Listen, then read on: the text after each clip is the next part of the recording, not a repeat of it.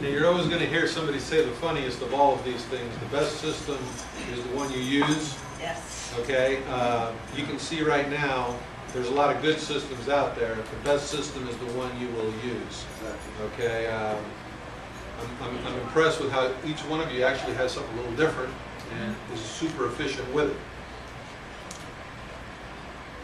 As a manager of an office, as running teams, as being systematized, this is a question I'd like to ask, just for personal curiosity, and some of you others also sent the question in. Do you guys have like a procedure book, a manual of how you guys like to do what you do, so you don't constantly have to repeat the same thing? Because it might be something that you don't do 17 times a day. It might be something you only do every month, once. Do you have a procedure book for your team? I do. And what I did was, this is many years ago, each assistant had to make their own. I mean, I said, we're going to stop right now, and if you had to go to the hospital, because I had last year, my closing coordinator I had for 15 years ended up contracting shingles, could not even put a piece of clothing on her body. And let me tell you, for 4 months I didn't have her, and thank God I had another closing coordinator. But with the systems that we had in place, we were able to get somebody else in there and not have to go through the whole training.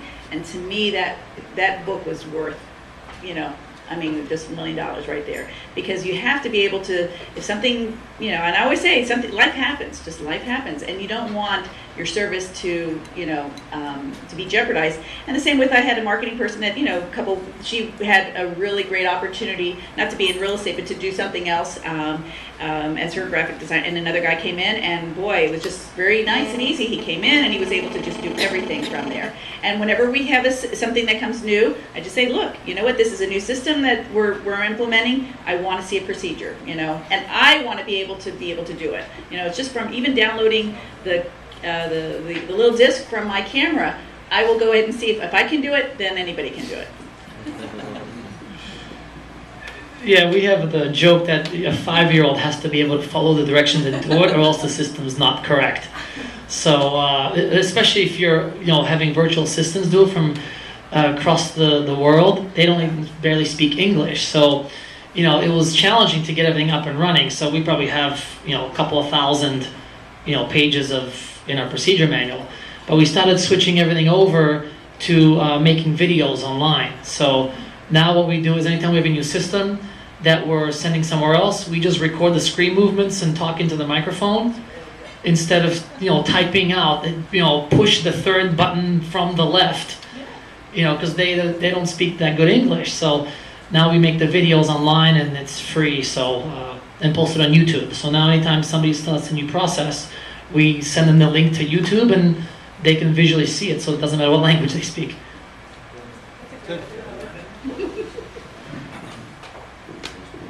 Yeah, we, about 5 years ago, had everybody write down exactly what they did for about a month, kind of keep a little diary.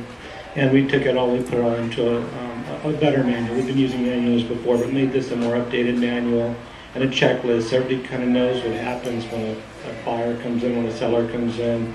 When anything happens, everybody knows exactly what they're supposed to do, plus what everybody else is supposed to do. If you don't mind sending us one of those links, we'd like to see one of those videos. We'll send it Send it to me. Send it all the way around. We were kind of working with some videos we've got a program now called eEdge, and it's supposed to be the equivalent of 7 programs put into one. And we were doing some of those same thought videos to be able to. You went to a class, now you walked out of the class, now you got to go to work, and you forgot what it was because you didn't get right in front of it. So if we do a couple of those, we'll actually send those out to you guys too. So maybe you guys could send us some of your systems and we can pass them forward. Agreements with teams. Do you guys believe in agreements where you're going to be on my team? We're going to have an agreement for a year, for 6 months, whatever it may be. Do you guys have those? Can you share with us how you work that? Again, ours are very loosely worded. They're really not legal documents, I suppose, if they had to be challenged. But we do have them sign something. It's really more to give them the level of comfort. This is what I expect from you. This is what will happen in this scenario, that scenario, and this is what you can look forward to. And kind of it's got a little breakup clause in it too. So, but it's pretty loose and pretty easy and friendly. We don't want anybody again to feel like I'm going to be on them with attorneys if they decide to go somewhere else at some point. I want everybody to grow and be happy. So. And the same with me. Yeah, we use them, but I put in there, if you want to leave, you got to give me 30 days notice. It's the $1 million rule, because everybody's happy until the first $1 million lead comes in, then somehow they all think the rules should change. So they got to give me 30 days notice, because it happened to me once early in my career where, there's $1 million buyer and agent took it, left the office, went to another office, and it was a problem. So now they got to give me 30 days notice if they want to leave, and for those 30 days, everything stays the same. Okay, okay. We all go to meetings, we all have office meetings. I'd like to know how you guys structure, okay?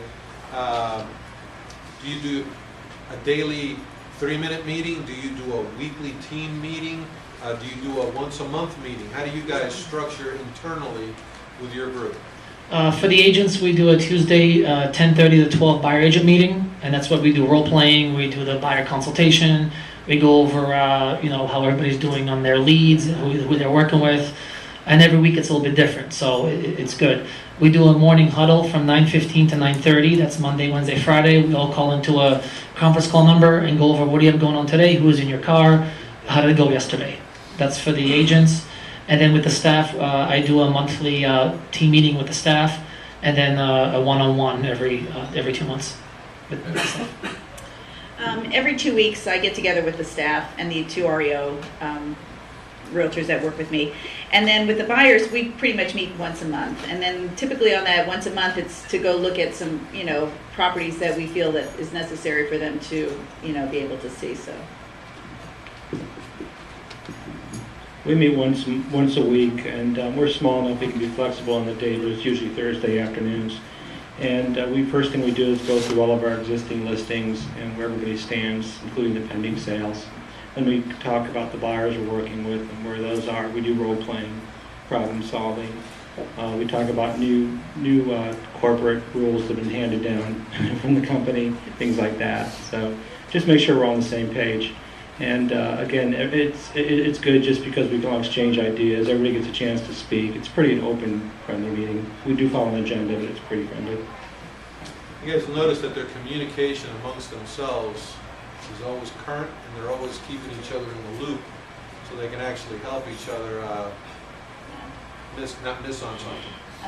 I just want to add one more thing, because to me, a lot of meetings that just, a lot of them have different things, or especially with the buyer specialists, because they have their schedules.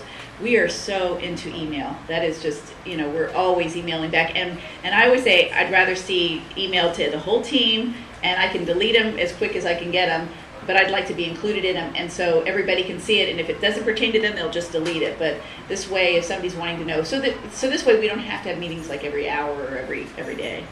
Yeah. That's a huge tip. Yeah, one other thing we did, we took our closing coordination and put it into Google Docs. So anytime we have a new pending file, it goes into the Google Docs with all the deadlines there. So once a week, the closing coordinators have to update it by Friday. So every Friday we have an update, and we can see the deadlines all in once. So we switched that from Agent Office when we were tracking the deals there. And the problem was you never really see a whole picture. You have to go into each individual property, and then we pretty much stopped doing it. Suddenly there's deadlines falling through the cracks because all our screens are just red because there's so many things we're dependent on, it just kind of stopped working. So we just have a Google Doc sheet. There's 2 lines for each property. We see the deadlines, who's in charge of what, and as soon as every Friday we log in, if there's a date that's out of date, I just highlight it red and say, please update. And now that helps us, we can log in any time and see it. So now when we're bugging the closing coordinator, hey, what's the update on this? What's the update on that? Or, or if she needs to get a hold of the buyer agent for something, we can go in there any time of the day. It's live as you see it, and we can all update it. So that's taken away a lot of phone calls and return phone calls and updates. So they just go in and look at it anytime. So you got the centralized point where they'll go